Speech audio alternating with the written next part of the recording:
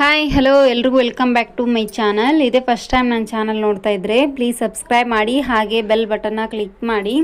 ಪವಿತ್ರ ದೇವನ ಹತ್ರ ಮಾತಾಡ್ತಾ ಇರ್ತಾಳೆ. ಯಾವುದೇ ಕಾರಣಕ್ಕೂ ನನ್ನ ಪ್ರೀತಿ ನಿಮಗೆ ಯಾವತ್ತೂ ಕೂಡ ಸಿಗಲ್ಲ ಅಂತ ಹೇಳ್ತಾ ಇರ್ತಾಳೆ. ಆದರೆ ದೇವು ಅವರು ಹೇಳ್ತಾರೆ, ನಾನು ನಿಮ್ಮನ್ನು ತುಂಬ ಚೆನ್ನಾಗಿ ನೋಡ್ಕೊಳ್ತೀನಿ ಅಂಥೇಳಿ ಭಾಷೆ ಕೊಟ್ಟಿದ್ದೀನಿ ನಮ್ಮ ತಮ್ಮಯ್ಯನಿಗೆ, ತಿಲಕನಿಗೆ. ಹಾಗಾಗಿ ಚೆನ್ನಾಗಿ ನೋಡ್ಕೊಳ್ತೀನಿ ಅಂಥೇಳ್ಬಿಟ್ಟು ದೇವು ಅವರು ಹೇಳ್ತಾರೆ.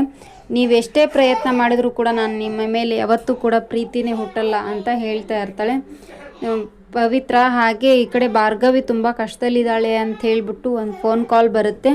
ಹಾಗಾಗಿ ಪವಿತ್ರ ಏನು ಮಾಡ್ತಾಳೆ ಅಂತ ನೋಡಬೇಕು. ಹಾಗೆ ನೆಕ್ಸ್ಟ್ ಅತ್ತೆ ಸೋಫಾ ಮೇಲೆ ಕುತ್ಕೊಂಡಿರ್ತಾರೆ. ಹಾಗೆ ಭಾಗ್ಯ ಅವರು ಕೂಡ ಕುತ್ಕೊಂಡಿರ್ತಾರೆ. ಅಲ್ಲೇ ಕುತ್ಕೊಂಡು ಏನು ರಾಧಿಕಾ ಅವ್ರ ಮುಂದೆ ಎಲ್ಲನೂ ಮಾತಾಡ್ತೀಯ, ನೀ ಪಾರ್ಟಿ ಒಳಗಡೆ ಹೋಗಿ ಅಷ್ಟೊಂದು ಅವಮಾನ ಮಾಡಿದ್ಯಾ ಅಂತ ಹೇಳ್ತಾರೆ. ಸಾರಿ ಅತ್ತೆ ಅಂತ ಕೇಳ್ತಾಳೆ. ಅತ್ತೆನ ಆ ಥರ ಮಾಡಿದ್ದು ನಂದು ತಪ್ಪು ಅಂಥೇಳಿ ಸಾರಿ ಕೇಳ್ತಾಳೆ ಪವಿತ್ರ. ಏನು ಸಾರಿ ಕೇಳಿದರೆ ಮುಗ್ದೋಯ್ತಾ ಅಂಥೇಳಿ ಭಾಗ್ಯ ಮತ್ತೆ ತೀಟ್ಲೆ ಶುರು ಮಾಡ್ತಾಳೆ.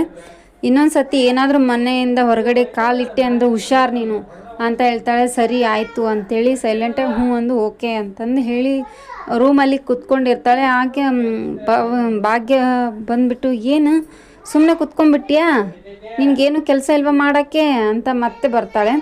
ನೆಕ್ಸ್ಟ್ ದೇವು ಅವರು ಬಂದುಬಿಟ್ಟು ನಿಮ್ಗೆ ಇಷ್ಟ ರೀ, ನೀವು ಹೆಂಗೆ ಹೇಳ್ತಿರೋ ಹಂಗೆ ಇರ್ರಿ, ಆದರೆ ನಮ್ಮ ತಮ್ಮ ಹೇಳಿದ ಪ್ರಕಾರ ನಾ ಪ್ರಾಮಿಸ್ ಮಾಡಿದ್ದೀನಿ ನಿಮ್ಮನ್ನು ಚೆನ್ನಾಗಿ ನೋಡ್ಕೊಳ್ತೀನಿ ಅಂತ ಹೇಳ್ತಾಳೆ.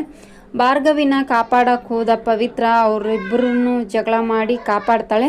ಹಾಗೆ ಭಾರ್ಗವಿ ಒಂದು ಮಾತನ್ನು ಹೇಳ್ತಾಳೆ, ನೀವು ತುಂಬ ಒಳ್ಳೆಯ ಗೆಳೆಯ ಸಿಕ್ಕಿದ್ದಾನೆ, ಹಾಗೆ ಗಂಡ ಕೂಡ ಸಿಕ್ಕಿದ್ದಾನೆ. ಅಂಥ ಗಂಡನ ಪಡೆಯೋಕ್ಕೆ ನೀವು ಪುಣ್ಯ ಮಾಡಿದರೆ, ಯಾವುದೋ ಕಾರಣದಿಂದ ನಮ್ಮ ಮದುವೆ ಆಗಿದೆ ಅಂತ ಶಿಕ್ಷೆ ಅಂತ ತಿಳ್ಕೊಬೇಡಿ, ಅವ್ರನ್ನೇ ಪ್ರೀತಿಸೋದು ಕಲೀರಿ, ಹಾಗೆ ಪ್ರೀತಿಸ್ತಾ ಇರಿ.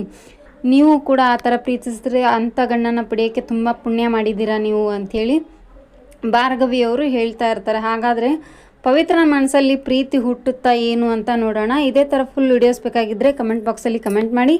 Thank you for watching, keep support, thank you.